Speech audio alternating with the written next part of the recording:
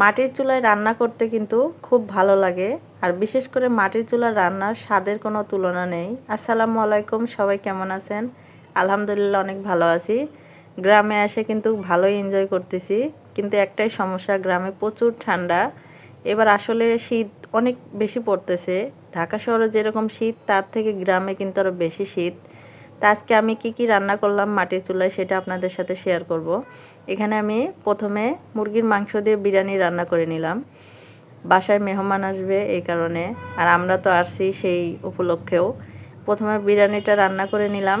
রান্না করে নেওয়ার পরে এখানে আমি আবার আলু ভাজি করে নেব।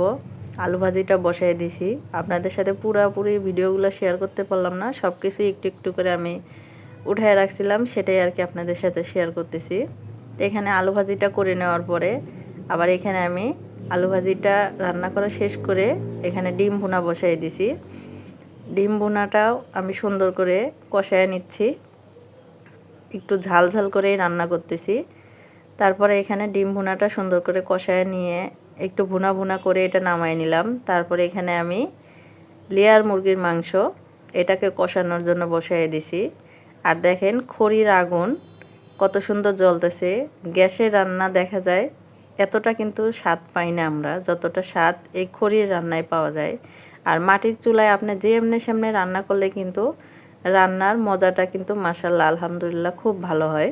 তাই মাংস কিন্তু রান্না করতে খুব সময় লাগে, একটু সময় নিয়ে রান্না করতে হয়। তা আমি ঢাকনা দিয়ে একটু কষানোর জন্য পানি দিয়ে দিছি। এই পানিগুলো কিন্তু আমি একদম শুকায় ফেলবো। তারপরে আবার এখানে আমি লেয়ার মুরগির মাংস রান্না করা, একদম গরুর মাংস রান্না করা যতটুকু সময় লাগে সেম ওই রকম সময় লাগে, তাছাড়া কিন্তু মাংসগুলো সেদ্ধ হইতে চায় না। তারপর ওই পানিগুলো শুকায় নিয়ে এখানে ঝোলের জন্য পানি দিয়ে দিছি। তা আপনাদের কাছে ভিডিওটা কেমন লাগলো অবশ্যই কিন্তু কমেন্টে